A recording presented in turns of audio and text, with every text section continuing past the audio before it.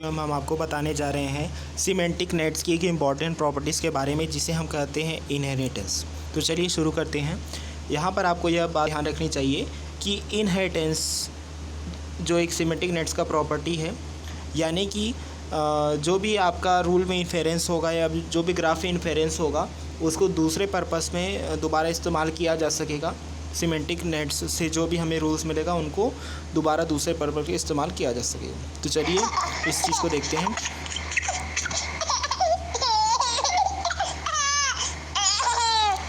This Prolog equivalent captures an important property of semantic nets that they may be used for a form of inference known as inheritance। Prolog equivalent capture करता है एक important property of semantic nets जिसका use किया जा सकता है for a form of inference जिसे हम कहते हैं इनहेरिटेंस।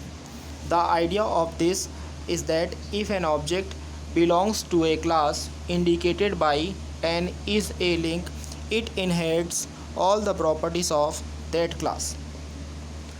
इसके पीछे इनहेरिटेंस के पीछे आइडिया यह होता है कि मान लीजिए कोई ऑब्जेक्ट बिलोंग करता है क्लास से जिसे हम इंडिकेट कर रहे हैं by an is a link, तो ये इनहेरिट्स करेगा उस क्लास के सारे प्रॉपर्टीज़ को। So for example as we have likes link between cats and cream means all cat likes cream, we can infer that any object which has an is a link to cats will like cream. Example के लिए जैसे कि हमारे पास a likes link है between cats और cream, इसका मतलब सारी बिल्लियों को क्रीम पसंद है, तो हम इस रूल को इन्फर कर सकते हैं किसी ऑब्जेक्ट के लिए कि मान लीजिए एक इज़ ए लिंक है तो कैट्स को क्रीम पसंद होगी। जो कैट्स और क्रीम वाला जो यहाँ पर हम डिस्कशन कर रहे हैं इसका डायग्राम आप पिछले वीडियो में देख सकते हैं जिसका नाम है AI lecture 15 part 1 semantic nets. इसमें इससे रिलेटेड आपका बेसिक डायग्राम जो इस पूरे वीडियो से रिलेटेड है उसको आप देख सकते हैं। So both Tom and cat one like cream, इसलिए टॉम और कैट वन दोनों को क्रीम पसंद है। However the is coloured link is between Tom and Ginger not between cats and Ginger, indicating that being ginger is a property of Tom as an individual and not of all cats। फिर भी आप यह देख सकते हैं कि जो इस कलर्ड लिंक है टॉम और जिंजर के बीच में वह कैट्स और जिंजर के बीच में नहीं है। इसका मतलब ये है कि जिंजर टॉम का प्रॉपर्टी है एज ए इंडिविजुअल, सारे कैट्स का प्रॉपर्टी नहीं है ginger. We cannot say that cat 1 is ginger. For example, if we wanted to, we would have to put another is colored link between cat 1 and ginger। हम यह नहीं कह सकते कि cat 1 जिंजर है। एग्ज़ाम्पल के लिए यदि हम यह कहना चाहते हैं कि cat 1 जिंजर है तो हमें एक अनदर पुट करना पड़ेगा इस कलर्ड लिंक cat 1 और जिंजर के बीच में। Inheritance also applies across the a kind of links। Inheritance apply होता है across the a kinds of links में भी। For example, any property of mammals or animals will automatically be a property of cats। Example के लिए कोई भी property जो mammals और एनिमल्स का होगा वो कैट्स की भी प्रॉपर्टी होगी। So we can infer for example that Tom has fur since Tom is a cat is a kind of mammal and mammal have fur।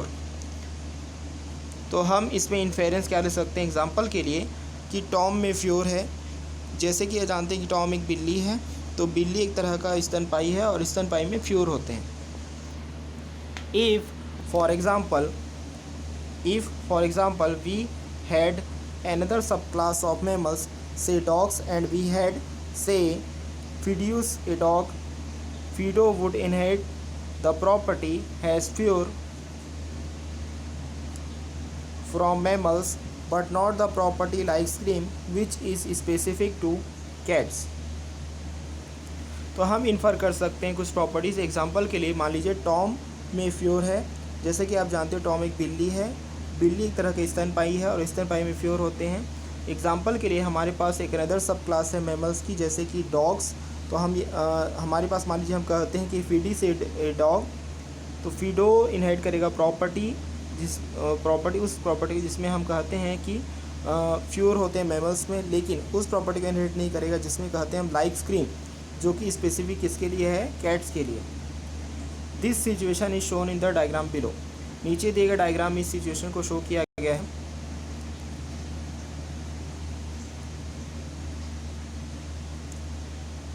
इस डायग्राम में आप देख सकते हैं कि कहा जा रहा है कि मैमल्स हैव फ्योर। मैमल्स में क्या होते हैं, फ्योर होते हैं। डॉग्स एको मैमल्स, यानी कि dogs are mammals. Cat AKO mammals, यानी कि कैट भी मैमल्स हैं। नेक्स्ट जो इसमें कहा जा रहा है वो कहा जा रहा है Tom is a cat, Fido is a dog, cats like cream and mammals have fur. तो ये सारी सिचुएशन इसमें, ये सारे सेंटेंसेस डायग्राम में दिए गए हैं। तो एक बार आइए हम इनहेरिटेंस को एक बार रिवाइज कर लेते हैं। इनहेरिटेंस का इस्तेमाल होता है दिए गए ग्राफ में से कोई और अदर रूल्स डिराइव करने के लिए, या अदर किसी भी स्पेसिफिक ऑब्जेक्ट की प्रॉपर्टी को डिराइव करने के लिए। यहाँ पर इस्तेमाल कर रहे हैं हम प्रोलॉग इक्विवेलेंट का। यह प्रोलॉग इक्विवेलेंट कैप्चर करता है एक important property of symmetric nets, जिसका यूज़ किया जा सकता है for a form of inference, जिसे हम कहते हैं इनहेरिटेंस। इसमें आइडिया यह होता है कि मान लीजिए एक ऑब्जेक्ट बिलोंग करता है किसी भी क्लास से, जिसे हम इंडिकेटेड कर सकते हैं by an is a link. ये इनहेरिट करेगा उस पर्टिकुलर क्लास की सारी प्रॉपर्टीज़ को। तो इसलिए एग्जांपल के लिए मान लीजिए हमारे पास ए लाइक्स लिंक है कैट्स और क्रीम के बीच में, जिसका मतलब होता है कि सारे बिल्लियों को क्रीम पसंद है। हम इन्फर कर सकते हैं किसी ऑब्जेक्ट को जिसमें एक इसे लिंक होता है कैट्स तक, जो कि क्रीम को पसंद करते हैं। इसलिए दोनों टॉम और कैट वन क्रीम को पसंद करते हैं, लेकिन जो इस कलर लिंक होता है वो है टॉम और जिंजर के बीच में, कैट्स और जिंजर के बीच में नहीं है। इसका मतलब यह होता है कि जिंजर टॉम का एक प्रॉपर्टी है एज एन इंडिविजुअल, और यह सारे कैट्स का प्रॉपर्टी नहीं है। हम यह नहीं कह सकते कि कैट वन जिंजर है। उदाहरण के लिए यदि हम यह कहना चाहते हैं तो हमें पुट करना होगा एक अनदर इस कलर लिंक कैट वन और जिंजर के बीच में। इनहेरिटेंस ऑल्सो अप्लाई होता है across the A kinds of links. उदाहरण के लिए यदि कोई प्रॉपर्टी होता है मैमल्स और एनिमल्स का, जो कि ऑटोमेटिकली प्रॉपर्टी हो सकता है कैट्स का, तो इसे भी हम इन्फर कर सकते हैं। एग्जाम्पल के लिए टॉम में फ्योर होते हैं। टॉम एक बिल्ली है, बिल्ली एक तरह का स्तनपायी है और स्तनपायी में फ्योर होते हैं। तो इसलिए हमारे पास एक अनदर सब क्लास आ सकता है मैमल्स का, जिसमें हम हो सकते हैं डॉग्स, और हम मान लीजिए हम यह कह सकते हैं कि फीडो इज़ अ डॉग। तो फीडो इनहेरिट करेगा इस प्रॉपर्टी को, कि फीडो इनहेरिट करेगा उस प्रॉपर्टी को जिसमें मैमल्स के फ्योर होते हैं, लेकिन उस प्रॉपर्टी को इनहेरिट नहीं करेगा जो कि स्पेसिफिक होती है कैट्स की। इस सिचुएशन को दिखाया गया है नीचे दिए गए डायग्राम में, जहाँ पर आप यह देख सकते हैं कि मैमल्स में फ्योर होते हैं, डॉग्स एक तरह के मैमल्स हैं, कैट्स भी एक तरह के मैमल्स हैं। कैट्स को क्रीम पसंद है, कैट्स को क्रीम यहाँ पसंद है। इसका मतलब आप यह नहीं कह सकते कि डॉग को क्रीम पसंद है, ये आप नहीं कह सकते। लेकिन हम यह ज़रूर कर सकते हैं कि जैसे कैट में, जैसे हम यहाँ पर क्या कर सकते हैं कि कैट में होते हैं फ्योर, यानी कि इस दिए गए डायग्राम से हम ये कह सकते हैं कि कैट में फ्योर होते हैं, यह ओके है। दूसरा जो हम यहाँ से डिराइव कर सकते हैं वो ये है कि डॉग में भी फ्योर होते हैं, डॉग में भी फ्योर होते हैं। ये हमने किस बेसिस पे डिराइव किया है, क्योंकि cats is a mammal, cat is a mammal and dog is also a mammal, ये हमने कहा है। अब जो भी मैमल्स हैं उन मैमल्स में क्या होते हैं, फ्योर होते हैं। उन मैमल्स में क्या होते हैं, फ्योर होते हैं। इसलिए कैट में भी फ्योर होंगे और डॉग में भी क्या हो सकते हैं, फ्योर हो सकते हैं। ठीक है, तो इस दिए गए डायग्राम से हमको और जो इन्फॉर्मेशन मिलती है वो है फिडो एक डॉग है, टॉम एक कैट है। कैट को क्रीम पसंद है, लेकिन हम यहाँ पर यह बिल्कुल नहीं कर सकते कि डॉग को क्रीम पसंद है। ये सेंटेंस हम नहीं कह सकते। ठीक है, तो चलिए अब आगे बढ़ते हैं। जो एक अल्टरनेटिव फॉर्म है रिप्रेजेंटेशन का सिमेंटिक नेटवर्क्स का, अब हम कुछ अदर प्रॉपर्टीज़ देखते हैं सिमेंटिक नेटवर्क्स का, जिसे हम कहते हैं reification. An alternative form of representation considers the semantic network directly as a graph. Reification में हम यह देखते हैं कि एक अल्टरनेटिव फॉर्म होता है रिप्रेजेंटेशन का, जिसमें हम यह कंसीडर करते हैं सिमेंटिक नेटवर्क को कि वह एक ग्राफ है। We have already seen ways of representing graphs in Prolog. हम यह देख चुके हैं कि ग्राफ को रिप्रेजेंट किया जा सकता है प्रोलॉग्स में। We could represent each edge in the semantic net graph by a fact whose predicate name is the label on the edge। हम रिप्रेजेंट कर सकते हैं प्रत्येक एज को एक सिमेंटिक नेट ग्राफ में। इसके द्वारा हम एक इस्तेमाल करते हैं एक फैक्ट को, जिसमें प्रेडिकेट नेम क्या होता है, एज के लेवल पे होता है। The nodes in this graph whether they represent individuals और class are represented by arguments to the fact representing edges. तो इस ग्राफ में जो नोड्स होते हैं वो रिप्रेजेंट करते हैं इंडिविजुअल और क्लास, जो कि रिप्रेजेंटेड होते हैं by arguments to the fact representing edges. तो इससे क्या मिलता है, फॉलोइंग रिप्रेजेंटेशन मिलता है हमारी इनिशियल ग्राफ के लिए। वो है is a mat one mats dot is a cat one cats. यानी कि हम यहाँ पर यह कह रहे हैं कि मैट्स हैं, जिसमें मैट वन पे कैट वन बैठी है और मैट्स पे कौन बैठे हुए हैं, cats.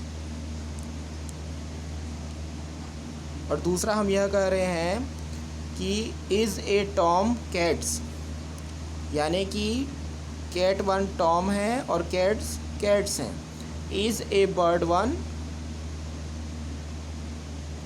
Birds dot caught Tom bird one, यानी कि बर्ड्स मेट से बर्ड वन को कॉट किया गया है टॉम के द्वारा। डॉट एको कैट्स मैमल्स, यानी कि कैट्स एक मैमल्स हैं। उसके बाद आया डॉट एको मैमल्स एनिमल्स, यानी कि मैमल्स एनिमल्स हैं। उसके बाद है डॉट एको बर्ड्स एनिमल्स, यानी कि बर्ड्स भी एक तरह के एनिमल्स हैं। नेक्स्ट जो कहा गया है वह है डॉट लाइक कैट्स क्रीम, यानी कि कैट्स लाइक क्रीम, यानी बिल्लियों को क्रीम पसंद है। नेक्स्ट जो कहा गया वह है डॉट ओन्स जॉन टॉम, यानी कि जॉन ने टॉम को ओन किया हुआ है। टॉम का मालिक कौन है, John. Dot sat on cat one mat one, यानी कि टॉम एक बिल्ली है जो कि मैट वन पर बैठी हुई है। इस कलर टॉम जिंजर, यानी कि टॉम का कलर जिंजर है। डॉट है मैमल्स फ्योर, और ये कहा गया जा रहा है कि कैट जो कि टॉम है जिसका कलर जिंजर है वो एक मैमल है और इसमें फ्योर होते हैं। Alternatively the graph could be build using the cells और pointers of an imperative language. Alternatively graph build किया जा सकता है यूजिंग द सेल्स और pointers of an imperative language. There are also special purpose knowledge representation languages which provide a notation which translates directly to this sort of graph. इसके अलावा कुछ special purpose knowledge representation language भी मौजूद हैं जो provide करते हैं एक नोटेशन जो कि ट्रांसलेट करता है डायरेक्टली इस तरह के ग्राफ को. This process of turning a predicate into an object in a knowledge representation system is known as reification. ऐसा प्रोसेस जिसमें टर्न किया जाता है एक प्रेडिकेट को एक ऑब्जेक्ट में एक नॉलेज रिप्रेजेंटेशन सिस्टम में, इसे कहा जाता है reification. So for example, the constant symbols cats represent the set of all cats which we can treat as just another object. इसलिए उदाहरण के लिए जो कांस्टेंट सिंबल कैट्स है वो रिप्रेजेंट करेगा सेट सभी कैट्स का, जहाँ पे हम ट्रीट कर सकते हैं इसे किसी दूसरे ऑब्जेक्ट के तौर पे. तो आइए एक बार रीइफिकेशन को रिवाइज कर लेते हैं. रीइफिकेशन एक अल्टरनेटिव फॉर्म है रिप्रेजेंटेशन का जिसमें सिमेंटिक नेटवर्क को कंसीडर किया जाता है एक ग्राफ के तौर पे. रीइफिकेशन सिमेंटिक नेटवर्क की एक प्रॉपर्टी की तरह भी वर्क करता है. हम अभी तक देख चुके हैं कि हम ग्राफ को कैसे रिप्रेजेंट करते हैं. प्रोलॉग में हमने रिप्रेजेंट किया है प्रत्येक एज को सिमेंटिक नेट ग्राफ में बाई ए फैक्ट जिसका प्रेडिक्ट नेम होता है एज के लेवल पे. नोड्स इस ग्राफ में जहाँ जो कि रिप्रेजेंट करते हैं इंडिविजुअल या फिर क्लासेस को जो कि रिप्रेजेंटेड होते हैं by arguments to the fact representing edges. इससे हमें फॉलोइंग रिप्रेजेंटेशन मिलता है हमारे ग्राफ के लिए, यानी कि मैट्स के सेट में से एक मैट है जिसका नाम है मैट 1.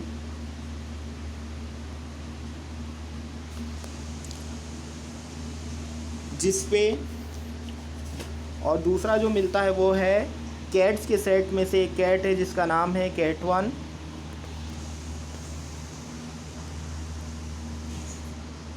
कैट्स में एक कैट है जिसका नाम है टॉम और एक बर्ड 1 है जिसका जो कि बर्ड के सेट में से है. टॉम ने बर्ड 1 को पकड़ा है. कैट्स मैमल से बिलोंग करते हैं. मैमल एनिमल्स की कैटेगरी में बिलोंग करते हैं. बर्ड्स भी एनिमल की कैटेगरी में बिलोंग करते हैं. बिल्लियों को क्रीम पसंद है. टॉम का मालिक जॉन है. टॉम नाम की जो कैट 1 है वो चटाई मैट 1 पे बैठी हुई है.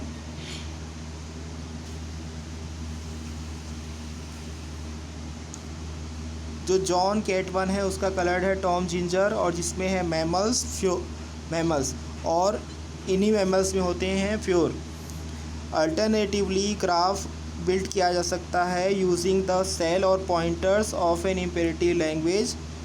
इसलिए और भी बहुत सारी special purpose knowledge representation language हैं जो कि प्रोवाइड करते हैं एक नोटेशन जो कि ट्रांसलेट करते हैं डायरेक्टली इस तरह के ग्राफ को. ऐसा प्रोसेस जिसमें हम टर्न करते हैं एक प्रेडिकेट को एक ऑब्जेक्ट में एक नॉलेज रिप्रेजेंटेशन सिस्टम में, इसे कहा जाता है रीइफिकेशन. उदाहरण के लिए कांस्टेंट सिंबल कैट रिप्रेजेंट करता है सेट ऑफ ऑल कैट्स जिसे हम ट्रीट कर सकते हैं as just another object.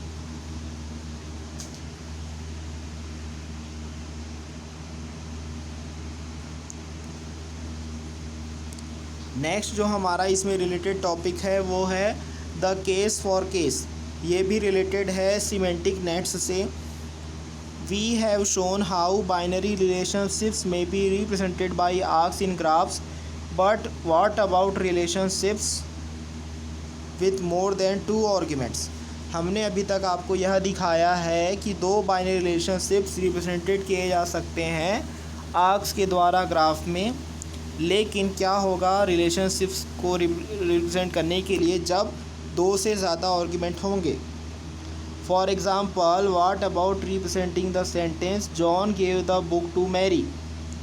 Example के लिए यदि हमको रिप्रेजेंट करना है sentence John gave the book to Mary, तो हम इसे कैसे रिप्रेजेंट करेंगे? In predicate logic we could have a 3 ary predicate gave whose first argument is the giver, second argument the object given, and third argument the person to whom it was given.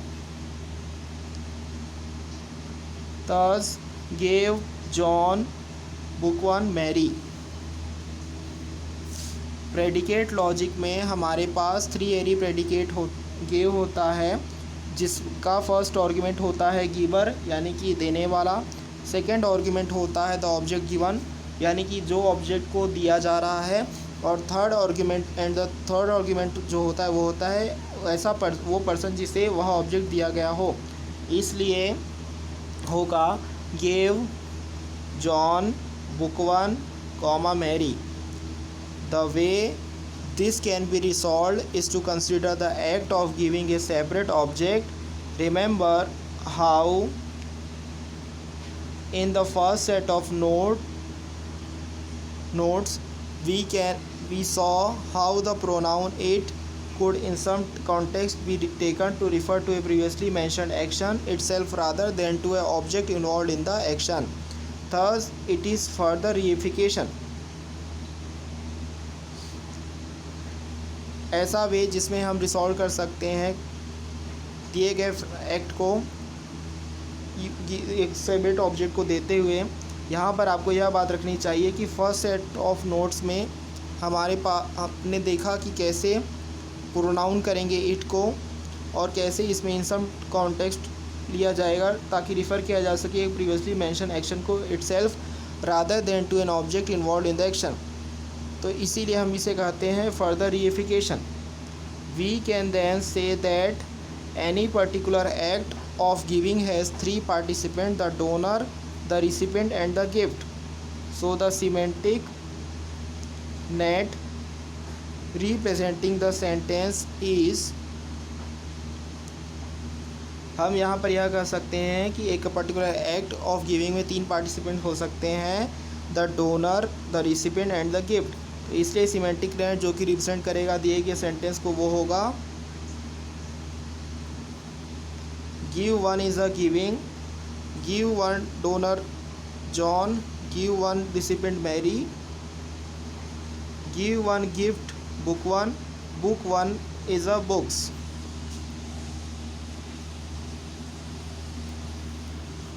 यानी कि आपको यहाँ पर गिविंग्स को के लिए भी एक ऑब्जेक्ट बनाना है। गिविंग ऑब्जेक्ट्स से रिलेटेड होगा गिव वन से हमको डोनर, रिसिपेंट और गिफ्ट को कनेक्ट करना है। तो यहाँ पर डोनर है जॉन, रिसिपेंट है मैरी और गिफ्ट है बुक 1। जॉन ने बुक को दिया मैरी को, यानी डोनर ने गिफ्ट दिया रिसिपेंट को, तो John gave the book to Mary. और बुक 1 यहाँ पर क्या है? बुक 1 यहाँ बुक के सेट में से है। In fact the 3 different roles correspond to what is known in natural language grammar as subjective, the object doing the action, in this case John; objective, the object to which the action is; and dative, the recipient of the action, in this case Mary. These different roles of objects in a sentence are known as cases. यहाँ पर 3 different roles हैं correspondent to जिसे हम कहते हैं natural language grammar में, जैसे कि सब्जेक्टिव यानी कि ऑब्जेक्ट जो कि एक्शन को कर रहा है, इस केस में जॉन है। ऑब्जेक्टिव वह ऑब्जेक्ट जो कि जिसमें कि एक्शन परफॉर्म हो रहा है। और डेटिव क्या है? रिसिपिएंट ऑफ द एक्शन, इस केस में है मैरी। यहाँ पर डिफरेंट रोल्स ऑफ ऑब्जेक्ट्स किसी भी सेंटेंस में इन्हें कहा जाता है cases. The fact that various natural languages make this case distinction can be used to support using it in a artificial knowledge representation।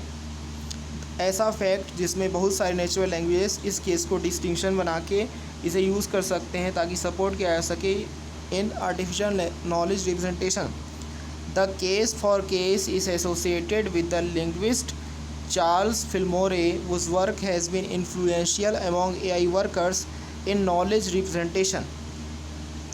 Case for case associated है linguistic Charles फिल्मोरे पे, जिनका वर्क ने influence किया था बहुत सारे AI workers को knowledge representation के फील्ड में। The idea is that all sentences can be analyzed as an action plus a number of objects filling the roles in the action, with there being a fixed set of roles, though not every role will always be filled। Idea यह था कि सारे sentences analyse होंगे as an action plus a number of objects, जिसमें fill होंगे roles actions के लिए, जिसमें फिक्स सेट ऑफ रोल्स हो सकते हैं। और यहाँ पर यह ज़रूरी नहीं होता कि हर रोल हमेशा फिल्ड होगा। Other roles suggested as fundamental include the locative indicating where the action is done and the instrumental indicating the means by which an action is done.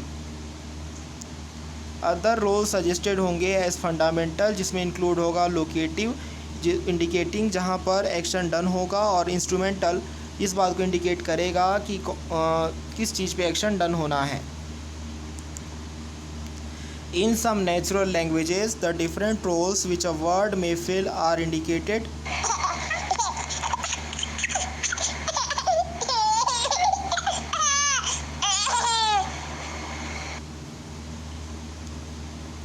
In some natural languages, the different roles which a word may fill are indicated by the ending or inflection of the word। कुछ natural languages में different role जिसमें एक word fill हो सकता है indicated होता है by the ending और inflection of the word. A well known example of such an inflectional language is Latin, that but some modern languages such as Russian are equally as influential, where for example dog bites man is a canis hominem modet, while man bites dog is homeo canin modet। एक बहुत ही well known example इन्फ्लेक्शियल language का हो सकता है Latin, लेकिन कुछ modern languages में जैसे कि रशियन इक्वली इन्फ्लेक्शियल है, जहाँ पर एग्जांपल डॉग बाइट्स मैन को हम कह सकते हैं कैनिस होमिनियन मॉडेट, जबकि मैन बाइट्स डॉग क्या हो सकता है होमो कैनिनम मॉडेट। वर्ड फॉर डॉग इस कैनिस होगा यदि इसका ऑब्जेक्ट ऑफ द सेंटेंस, लेकिन कैनन क्या हो कैनम होगा यदि यह सब्जेक्ट है। While for man it is होमो if he is the object of sentence and होमिनियन if he is the subject. If something were being given onto a dog, the word used would be cane। If a dog were being used for something, the word used would be canny। यदि कुछ चीज़ dog को दिया जाएगा तो word use होगा कैन, यदि एक डॉग यूज होगा for something the word use वो हो सकता है कैनी। In English the objective and subjective roles are indicated by word order, with the object coming before the verb and the object coming after. English में objective और subjective role indicated होते हैं by word order, जिसमें object आता है verb के पहले और ऑब्जेक्ट आता है वर्ब के बाद। In Latin, it is the case endings, not the word order, that indicates a role. So, hominem canis modet is just another way of saying dog bites man। Latin में यह होता है case endings, न कि word order, जो कि indicate करता है एक रोल। सो होमिनिन कैनिस मॉडेट एक दूसरा तरीका यह कहने के लिए कि कुत्ते ने आदमी को काटा। You could perhaps compare it the programming languages where the relationships of arguments to formal parameter names in procedure calls may be indicated by their position, but in some cases, example modula 3, a facility is available for named arguments। आप शायद compare कर सकते हैं इसे programming languages के साथ जहाँ पे रिलेशनशिप आर्ग्यूमेंट्स किसी भी फॉर्मल पैरामीटर्स नेम्स में प्रोसीजर कॉल्स इंडिकेटेड होता है इनके पोजीशन के द्वारा, लेकिन कुछ केसेस में जैसे कि मॉड्यूलर 3 में एक फैसिलिटी अवेलेबल होती है नेम्ड आर्ग्यूमेंट्स के लिए। In English, the dative is occasionally indicated by word order. For example, in John gave Mary the book, but more often by prefixing the word indicating the dative item with the preposition to, as in John gave the book to Mary. English में dative occasionally indicated होता है by word order. For example, John gave Mary the book, लेकिन ज़्यादा प्राय use होता है कि हम प्रीफिक्सिंग करते हैं वर्ड को और इंडिकेटिंग करते हैं डेटिव आइटम को, जिसमें प्रोपोजिशन का इस्तेमाल होता है टू, जैसे कि जॉन ने किताब दी मैरी को। Other cases are always indicated by prepositions. For example, the locative with at. Example, John gave the book to Mary at school, and the instrumental with by or with. John sent the book to Mary by post. Mary hit John with the book. Other cases हमेशा indicated होते हैं bye preposition. Example के लिए यदि आपको locative example देना है तो ऐड का यूज़ करेंगे। एग्जाम्पल, जॉन ने मैरी को बुक दिया स्कूल में। जॉन ने स्कूल में मैरी को बुक दिया। और इंस्ट्रूमेंटल के लिए यूज़ कर सकते हैं विद बाय और विथ। जॉन ने डाक के द्वारा मैरी को किताब भेजी। मैरी ने जॉन को किताब से मारा। Most inflectional languages have a limited range of cases and use preposition to extend the range. बहुत सारे इन्फ्लेक्शियल लैंग्वेजेस में लिमिटेड रेंज ऑफ केसेस होते हैं और यूज़ किया जाता है प्रीपोजिशंस ताकि एक्सटेंड किया जा सके रेंज को। In fact, the argument for case as in net is damaged by the fact that different languages have different case structures, and it is by no means certain which cases are fundamental and which are just variant of others.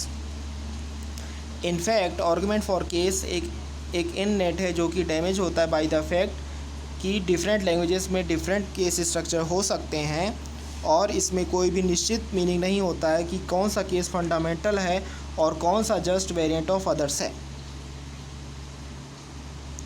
For example, in sentences involving the concept of movement linguistics distinguish the ablative case the source of the movement in English indicated by the preposition from and the relative case the destination of the movement, but should the latter be considered just another form of the dative role. Example के लिए ऐसे sentences जिसमें involve होता है concept of movement linguistic या distinguish करते हैं the ablative case को। इसमें the source of movement in English में इंडिकेटेड होता है बाय द प्रोपोजिशन फ्रॉम, और द एलेटिव केस यह कहता है कि डेस्टिनेशन ऑफ द मूवमेंट, लेकिन लेटर भी कंसिडर्ड होता है just another form of the dative role. Using the concept of a semantic network in which nodes represent individual actions with arc representing objects having roles in these actions, it is possible to build up complex graph representing complete scenarios. यदि हम semantic network के concept को use करें जिसमें nodes represent करते हैं individual action को, arc represent करते हैं ऑब्जेक्ट्स को और रोल्स को इसके एक्शंस पे, तो यह पॉसिबल होता है कि हम बिल्डअप कर सकें कॉम्प्लेक्स ग्राफ जिसमें रिप्रेजेंट किया जा सके complete scenarios. For example the story John gave marry a book. मान लीजिए हम कंसिडर करते हैं कि स्टोरी को कि जॉन ने मैरी को एक किताब दी. The book was not the one Mary likes so she punched John. जो बुक दी गई थी वह मैरी को पसंद नहीं आई इसलिए उसने जॉन को मुक्का मारा. That made her feel sorry for him so she then kissed him.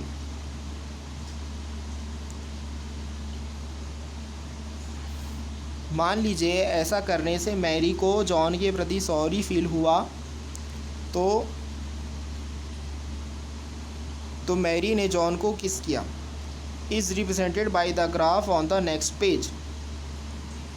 यहाँ पर स्टोरी क्या है, जॉन ने मैरी को किताब दी,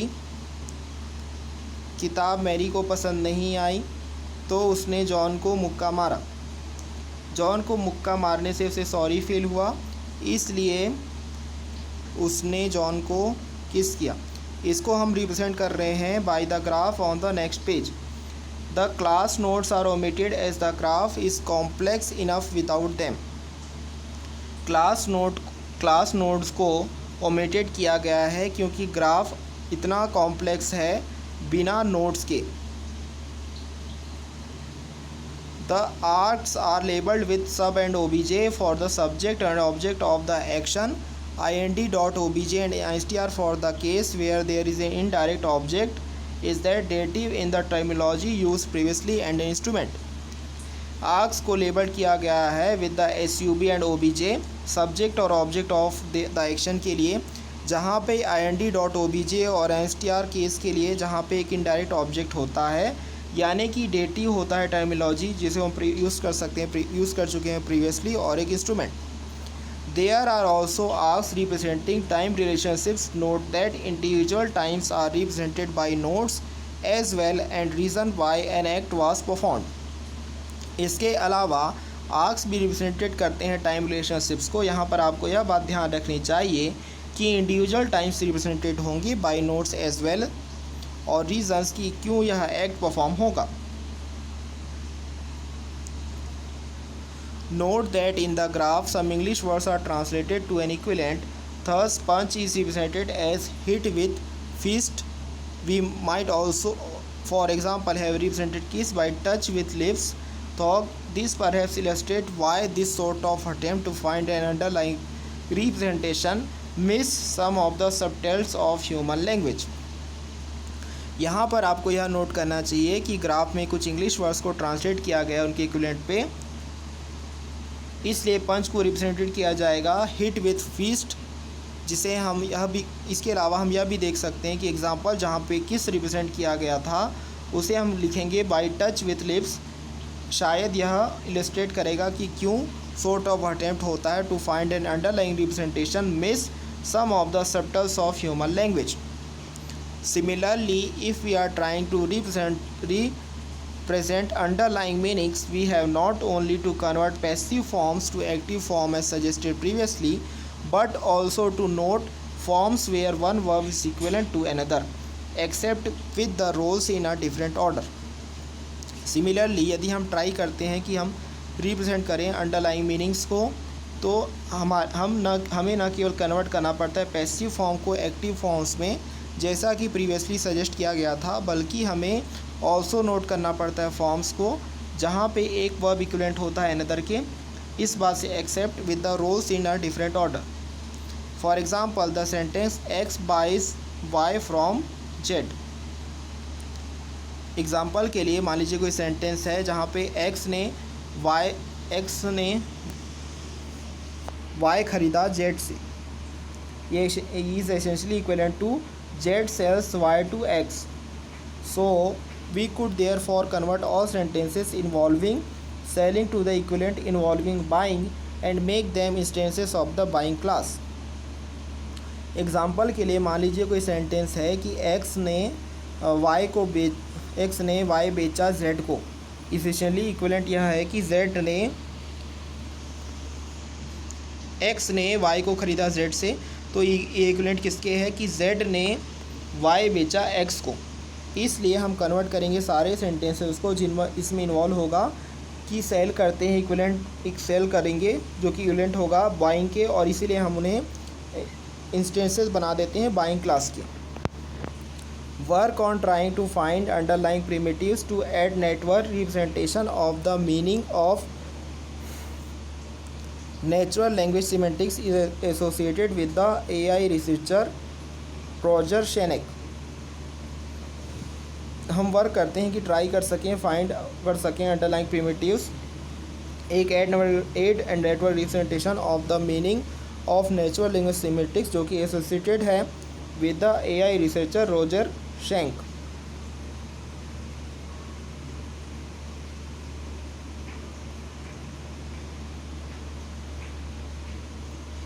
यहाँ पे जैसे आप देख सकते हैं कि एक बहुत ही कॉम्प्लेक्स ग्राफ है।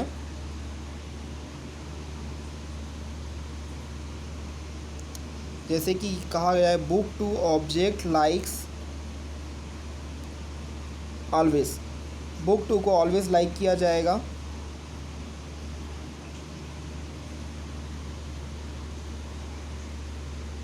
जो अदर सेंटेंस है वो है बुक वन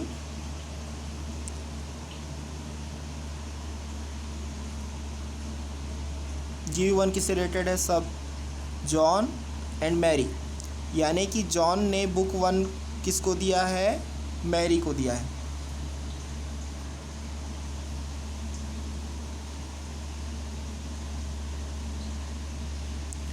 अब यहाँ पर देख सकते हैं कि जब जॉन ने बुक वन किसको दिया, मैरी को दिया, तो अब यहाँ पर टाइम फैक्टर आ रहा है। तो कुछ समय के बाद यहाँ पे टाइम टू के बाद क्या हुआ, मैरी ने हिट किया है, किसको हिट किया है, जॉन को हिट किया है। तो यहाँ पर हिट किया, उसका क्या हो सकता है, कुछ ना कुछ रीज़न हो सकता है। तो टाइम टू के बाद फिर होगा आफ्टर। तो आफ्टर सम टाइम जब टाइम 3 आएगा तो टाइम 3 में मैरी ने क्या बोला, सॉरी बोला, किसको बोला, जॉन को बोला। किस लिए बोला, हिट करने के लिए बोला। अब यहाँ पर जो हिट वाला सेंटेंस था, तो यहाँ पर आप यह भी कह सकते हैं कि मैरी ने हिट किया फिस्ट के द्वारा, किसको हिट किया, जॉन को। अब जो सॉरी कहा गया था, अब सॉरी वाले सेंटेंस को यदि हम कंप्लीट करें तो टाइम 3 के बाद मैरी ने सॉरी बोलने के लिए जॉन को क्या किया, किस किया। तो ये सारे रूल्स आप डिराइव कर सकते हैं। The information in this graph could be represented by a series of logical facts like the set of prologue facts we gave as the first representation of the previous graph। इस graph में जो information है उसे हम represent कर सकते हैं by a series of logical facts, जैसे कि सेट ऑफ प्रोलॉग फैक्ट्स हमने पहले दिया first representation of the previous graph. The advantage of the graph notation is that it may be more initiative and in particular it brings together all the information associated with a particular individual। Graph notation का ये advantage होता है कि यह intuitive होता है और particular में यह ब्रिंग करता है सारे इन्फॉर्मेशन को जो कि एसोसिएटेड होते हैं एक पर्टिकुलर इंडिविजुअल के साथ। Drawing inference from A semantic net involves searching for particular patterns. For example the questions who kissed John. जब हम इन्फेरेंस ड्रॉ करते हैं सिमेंटिक नेट्स में, इसमें इन्वॉल्व किया होता है searching for particular patterns. For example question यह होता है कि जॉन को किसने किस किया। From the above graphic involve searching for a node which links to the class node kissings with an is link. This is one of the links not shown and has an object link to the node representing John. For example के लिए यदि question है कि John को किसने kiss किया, तो above graph involve करता है कि हम सर्च करते हैं एक नोड के लिए जो कि लिंक होता है क्लास नोड किसिंग से, जिसमें एक इज़ लिंक है जिसका is one of the link नहीं दर्शाया गया है, और उसमें एक ऑब्जेक्ट लिंक है जो कि नोड रिप्रेजेंट करता है जॉन को। The answer to the question is then found from the subject link of that node। इस क्वेश्चन का आंसर मिलता है हमें उस नोड के सब्जेक्ट लिंक से। In Prolog this would be the query is a K kissing subject K John subject K answer. Prolog में ये क्वेरी क्या हो सकती है कि K kissing subject K John subject K answer. Note that the graph may represent a scenario where John is kissed more than once, in which case there would be more than one node fitting the conditions and the query could be made to backtrack to give alternate answer A, alternate answers।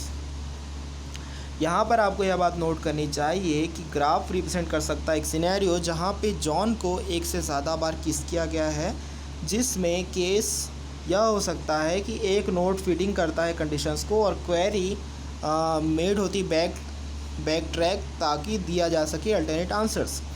A whom question is a search for the object of a node given the subject thus Mary kissed whom. Modern English is more likely to phrase this who did Mary kiss. The distinction between who as a query for a subject and whom as a query for an object being lost is represented by is a K kissings, subject के Mary, object के answer। मान लीजिए एक question आता है search for object of a node के लिए जिसमें सब्जेक्ट यह दिया गया है इस तरीके से कि मैरी ने किसे किस किया। मॉडर्न इंग्लिश में हम इस फ्रेज़ को इस तरीके से कह सकते हैं कि मैरी ने किसको किस किया। तो डिस्टिंक्शन वो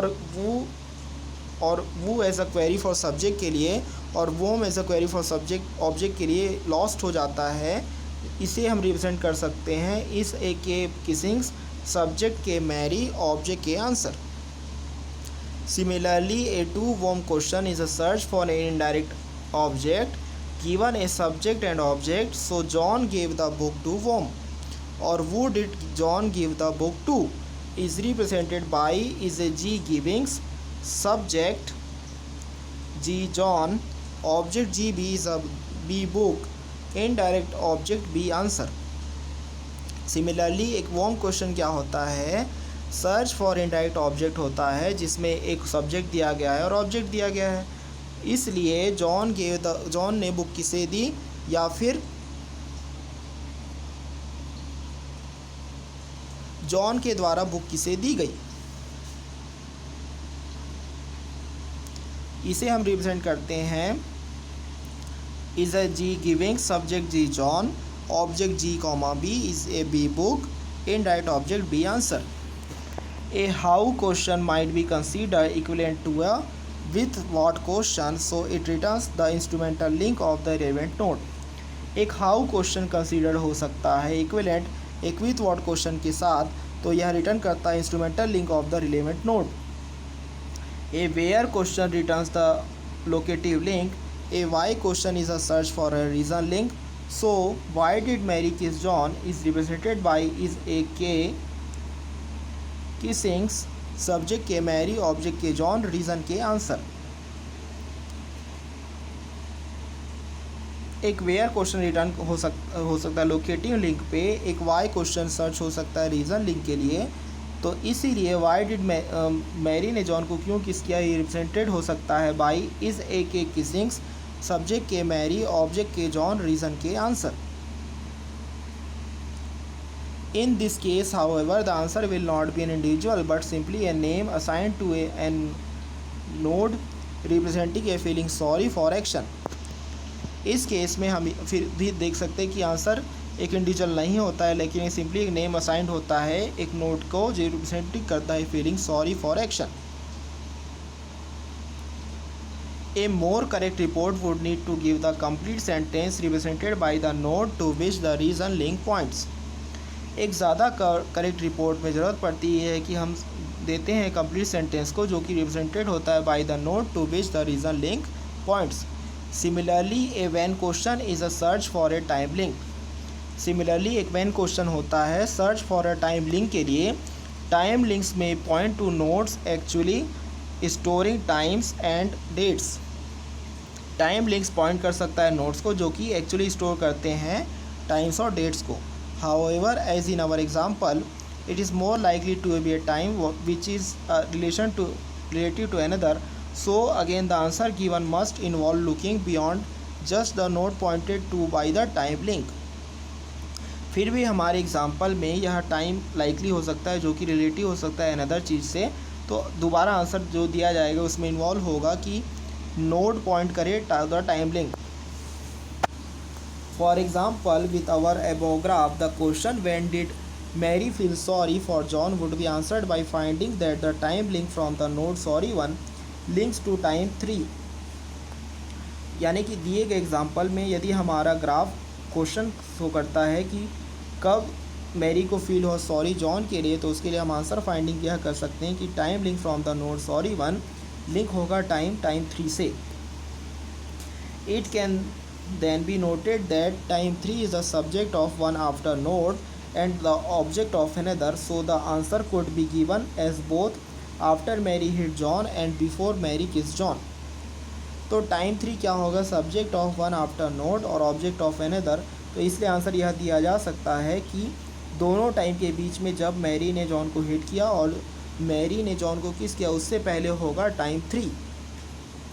if two different action to the same time node, the time of the action of one could be given as when the other happened. So for example with the graph below, यदि दोनों different action node pointed करेंगे same time node को तो time of the action of one इसे हम दे सकते हैं other happened होने से समय दिए गए एग्जांपल से ग्राफ में, जहाँ पे क्या है टॉम सब्जेक्ट है, जिल ऑब्जेक्ट है, दोनों देख रहे हैं टाइम को और हर्ट कर रहे हैं हियरिंग. पीटर सुन रहा है और स्यू भी सुन रही है. तो क्वेश्चन ये उठता है कि व्हेन डिड टॉम सी जिल, टॉम ने जिल को कब देखा. इसे हम आंसर लिख सकते हैं व्हेन पीटर हर्ट स्यू, जब पीटर ने स्यू को सुना.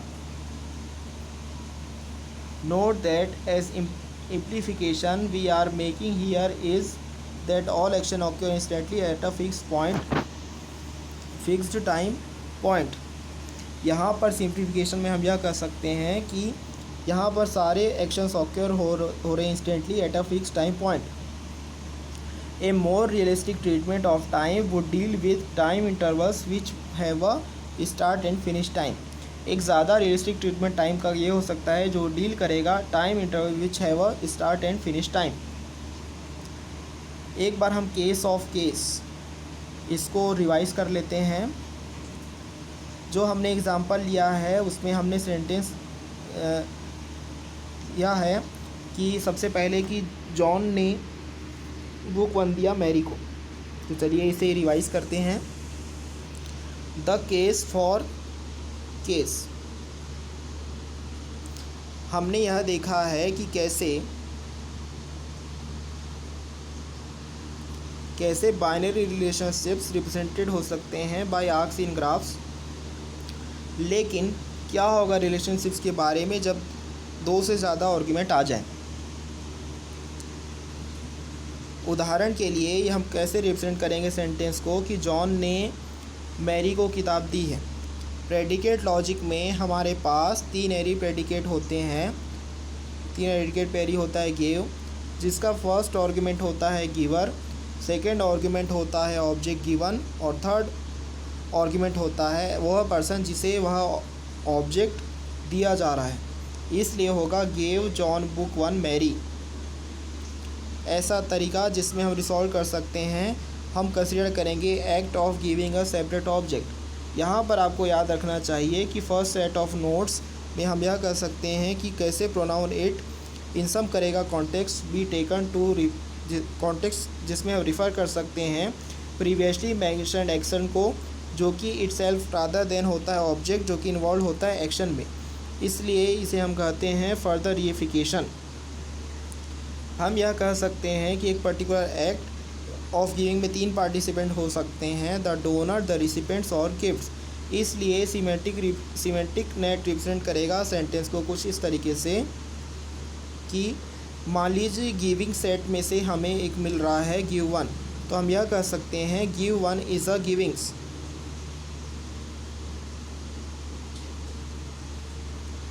अब इस गिव से हमारे पास 3 एलिमेंट्स निकल के आ रहे हैं, जहाँ पर डोनर है जॉन, रिसिपेंट है मैरी और गिफ्ट है बुक. बुक क्या है, सेट बुक्स का एक एलिमेंट है. John gives book to Mary, John ने मैरी को किताब दी. इस फैक्ट में आप देख सकते हैं कि 3 डिफरेंट रोल होते हैं, जिसे कि नेचुरल लैंग्वेज ग्रामर में कहा जाता है सब्जेक्टिव, डेटिव एंड ऑब्जेक्टिव.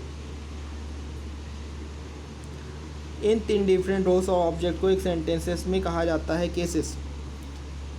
वह फैक्ट जो कि जिसमें कि बहुत सारे नेचुरल लैंग्वेजेस इस केस को डिस्टिंक्शन बनाते हैं, इनको यूज़ किया जा सकता है सपोर्ट करने के लिए आर्टिफिशियल नॉलेज रिप्रेजेंटेशन में। केस फॉर केस एसोसिएटेड है लिंग्विस्टिक चार्ल्स फिल्मोरे से, जिनका वर्क इन्फ्लुएंशियल था एआई वर्कर के बीच में नॉलेज रिप्रेजेंटेशन के लिए। आइडिया यह था कि सारे सेंटेंसेस को एनालाइज किया जाएगा, एक एक्शन को plus a number of object जो कि फिल करेंगे रोल्स को इन द एक्शन, जिसमें एक फिक्स सेट ऑफ रोल्स होगा और हर रोल का फील होना ज़रूरी नहीं है। अदर रोल सजेस्टेड होंगे एज फंडामेंटल, जिसमें इंक्लूड होगा लोकेटिव जो कि इंडिकेटिंग करेंगे कि कहाँ पर एक्शन होना है, और इंस्ट्रूमेंटल जो कि इंडिकेट करेंगे मीन्स को जिसमें कि एक्शन होना है। कुछ नेचुरल लैंग्वेजेस में डिफरेंट रोल्स के लिए एक वर्ड होता है जो कि फिल्ड होता है बाय एंडिंग और इन्फ्लेक्शन ऑफ द वर्ड। एक वेल नोन एग्जांपल सच इन्फ्लेक्शन लैंग्वेज का वो होता है लैटिन, लेकिन कुछ मॉडर्न लैंग्वेजेस में जैसे कि रशियन में इक्वली इन्फ्लेक्शियल होता है, जहाँ पर एग्जांपल डॉग बाइट्स मैन को हम कन्वर्ट कर सकते हैं कैनिस होमिन मॉडेट पे, जबकि मैन बाइट्स डॉग क्या होता है होमो कैनन मॉडेट। वर्ड फॉर डॉग यहाँ पर कैनिस है।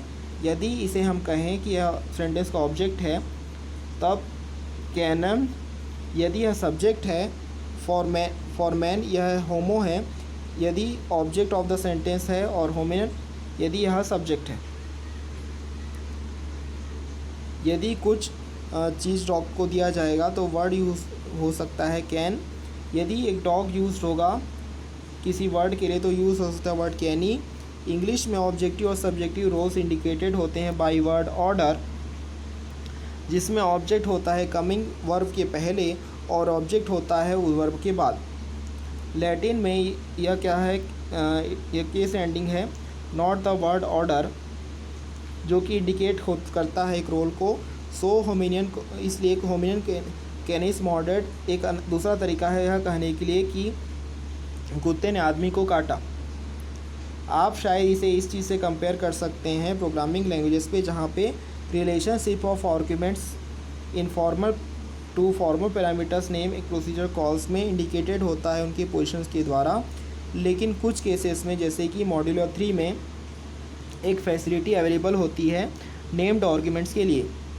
इंग्लिश में डेटिव ओकेजनली इंडिकेटेड होता है बाय वर्ड ऑर्डर। एग्जाम्पल के लिए जॉन ने मैरी को किताब दी। लेकिन यदि हम इसमें प्रीफिक्सिंग वर्ड यूज़ करें जिसमें इंडिकेटेड हो कि डेटिव आइटम प्रोपोजिशन के साथ, जैसे कि टू और एज टू, तो हम यह कह सकते हैं John give the book to Mary. Other cases में हमेशा इंडिकेट होगा प्रीपोजिशंस, जैसे कि लोकेटिव विद एट के लिए, जैसे कि जॉन ने मैरी को स्कूल में किताब दी। और इंस्ट्रूमेंटल क्या हो सकता है विद, बाई और विथ। दूसरा हो सकता है जॉन ने डाक के द्वारा मैरी को किताब भेजी। और दूसरा हो सकता है मैरी ने जॉन को किताब से मारा।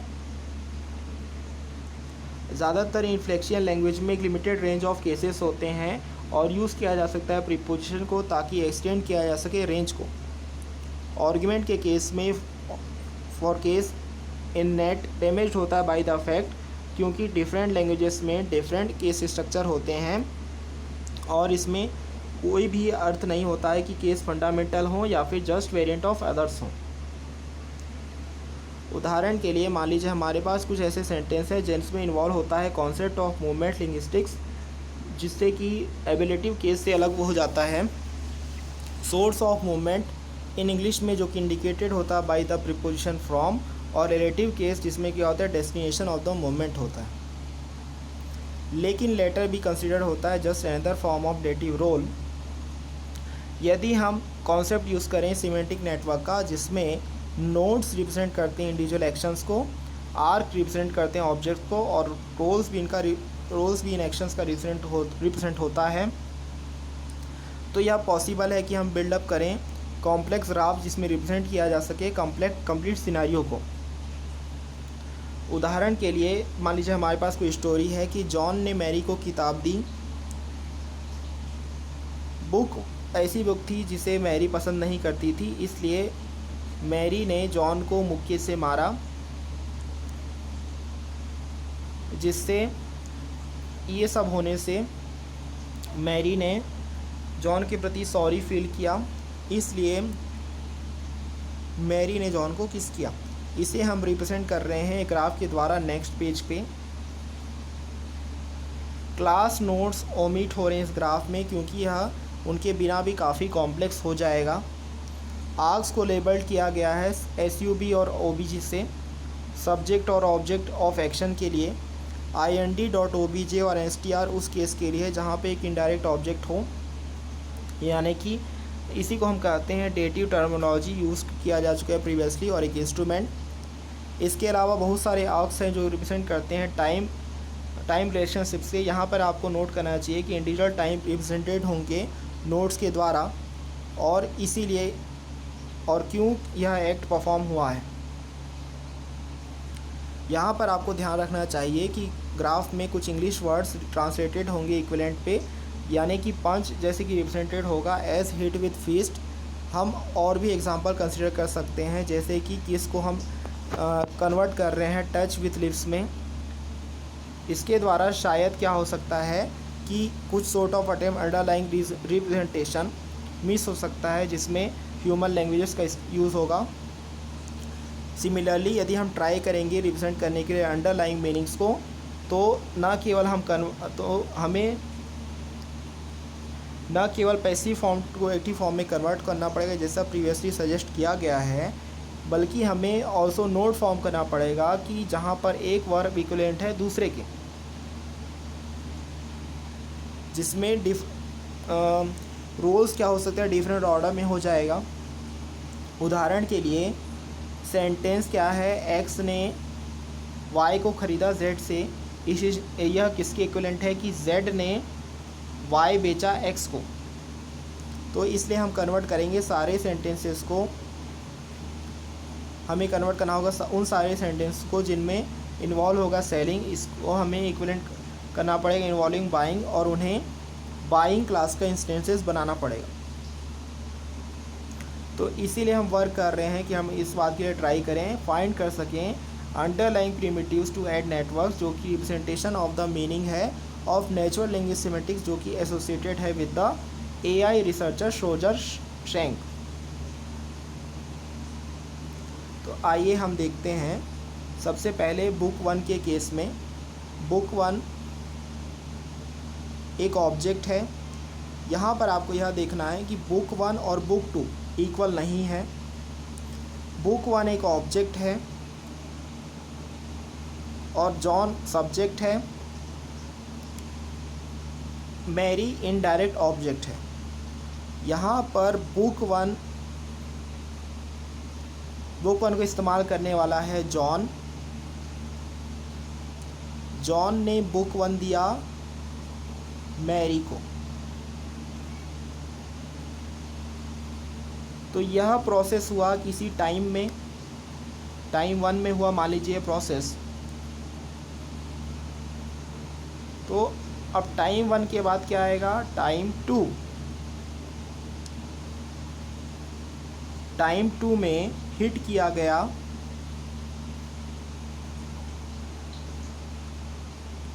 टाइम 2 में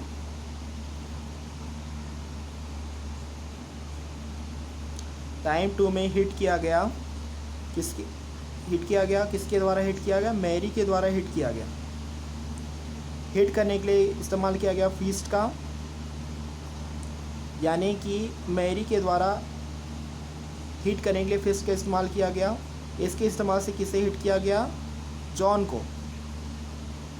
यह पूरा प्रोसेस हुआ टाइम 2 में।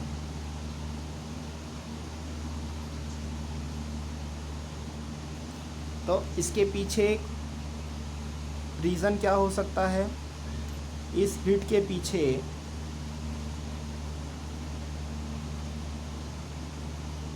जो रीज़न हो सकता है वो हो सकता है कि लाइक नहीं है।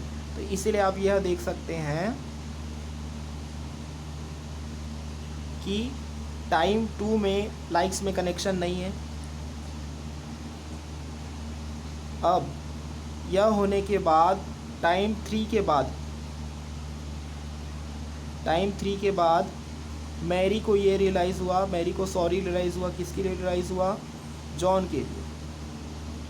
तो उस सॉरी को शो करने के लिए मैरी ने किस किया? किसे किस किया? जॉन को किस किया? को किस में किस किया? टाइम 4 में। सॉरी आ रहा है टाइम 3 में, हिट आ रहा है टाइम 2 में। इस ग्राफ में जो इन्फॉर्मेशन दिया गया है वो रिप्रेजेंटेड हो सकता है by a series of logical facts like set of Prolog facts, जो कि हमने first representation of previous graph में दिया था। ग्राफ नोटेशन का एडवांटेज होता है कि कई बार यह इंट्रूसिव होता है और पर्टिकुलर यह सारे एसोसिएटेड इन्फॉर्मेशन को एक पर्टिकुलर इंडिविजुअल में रिप्रेजेंट भी कर सकता है। जब भी हम ड्रॉ करते हैं इन्फेरेंस एक सिमेंटिक नेट से, तो उसमें इन्वॉल्व होता है कि हम पर्टिकुलर पैटर्न के लिए सर्च करें। उदाहरण के लिए यदि हमारे पास क्वेश्चन है कि जॉन को किसने किस किया, तो अबव ग्राफ से इन्वॉल्व होता है सर्चिंग एक नोट के लिए, जिसमें लिंक सर्च करता है क्लास नोट किसिंग के लिए एक इस लिंक के साथ। लेकिन यहाँ पर is one of the link shown नहीं है, तो एक object link to the note represent करेगा जॉन को। आंसर टू द क्वेश्चन उसके बाद फाउंड हो सकता है from subject link of that node. Prolog में इसे हम इस क्वेरी को हम ले सकते हैं इसे के किसिंग्स, object K John, subject K answer. यहाँ पर आपको यह नोट करना चाहिए कि ग्राफ रिप्रेजेंट करता है एक सिनेरियो को जहाँ पर मान लीजिए जॉन ने एक से ज़्यादा बार किस किया है। तो इस केस में एक से ज़्यादा नोड फिट करेंगे कंडीशन को और क्वेरी बैक ट्रैक होगा टू अल्टरनेट आंसर्स। एक वॉर्म क्वेश्चन होगा search for the object of a node, जो कि देगा सब्जेक्ट। इसलिए मैरी, जैसे कि मैरी ने किसे किस किया। मॉडर्न इंग्लिश में ज़्यादा लाइकली टू फ्रेस ये होगा कि मैरी ने किसे किस किया। किसे किस किया गया मैरी के द्वारा। तो डिस्टिंक्शन क्या हो सकता है? वो as a query for subject और whom as a query for an object being lost. इसे हम रिप्रेजेंट करेंगे बाई इस ए K kissing, subject K Mary, object K answer. Similarly यदि आ जाए ए 2 ओम क्वेश्चन जो कि सर्च हो फॉर इनडायरेक्ट ऑब्जेक्ट, जो इसमें दिया गया है सब्जेक्ट और ऑब्जेक्ट। इसलिए मान लीजिए जॉन ने बुक किसे दिया, या फिर किसके द्वारा बुक जॉन के द्वारा किसे बुक दिया गया। इसे हम रिप्रेजेंट करेंगे बाई इस A G givings of subject G John, object G B is A B book, indirect object B answer. यहाँ पर एक हाउ क्वेश्चन कंसीडर हो सकता है इक्विवेलेंट टू एक विथ व्हाट क्वेश्चन, जो कि रिटर्न करेगा the instrumental link of the relevant node. एक वेयर क्वेश्चन रिटर्न करेगा लोकेटिव लिंक को।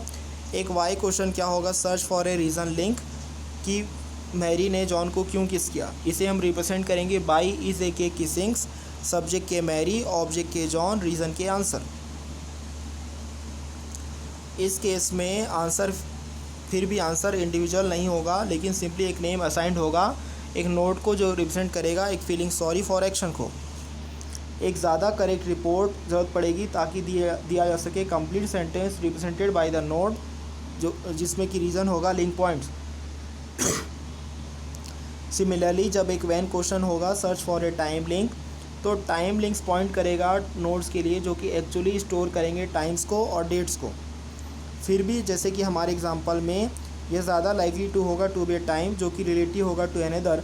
इसलिए again answer given must involve करेगा कि आप देखें बियॉन्ड द नोड, जो कि पॉइंटेड होगा to be the time link. उदाहरण के लिए यदि हमारे ग्राफ में अबाउट द ग्राफ क्वेश्चन कि कब मैरी ने फील किया सॉरी जॉन के लिए, आंसर होगा by finding that the time link from the node, sorry 1 link होगा टू टाइम 3, इसलिए यह नोटेड हो सकता है कि टाइम 3 क्या होगा, subject of one after node और ऑब्जेक्ट ऑफ अनदर।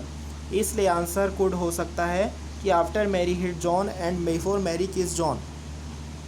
यदि 2 डिफरेंट एक्शन नोड्स पॉइंटेड होंगे सेम टाइम नोड पे, तो time of the action of one दिया जा सकता है एज व्हेन अदर हैपन। तो इसलिए example with the graph below के लिए आप देख सकते हैं कि टॉम और जिल दोनों ने एक साथ देखा, एक ही समय पे देखा। पीटर और सुई ने एक ही समय पे सुना, तो यहाँ पर टाइम सेम हो सकता है। तो क्वेश्चन ये उठेगा कि टॉम ने जिल को कब देखा, तो इसका आंसर यह हो सकता है कि जब पीटर ने सुई को सुना। तो यहाँ पर एज इम्प्लीफिकेशन हम एक कर सकते हैं कि सारे एक्शन ऑक्योर्ड होंगे at a fix point time. एक ज़्यादा realistic treatment of time deal कर सकता है विद टाइम इंटरवल्स जिसमें एक स्टार्ट और फिनिश टाइम हो। इस वीडियो में बस इतना ही।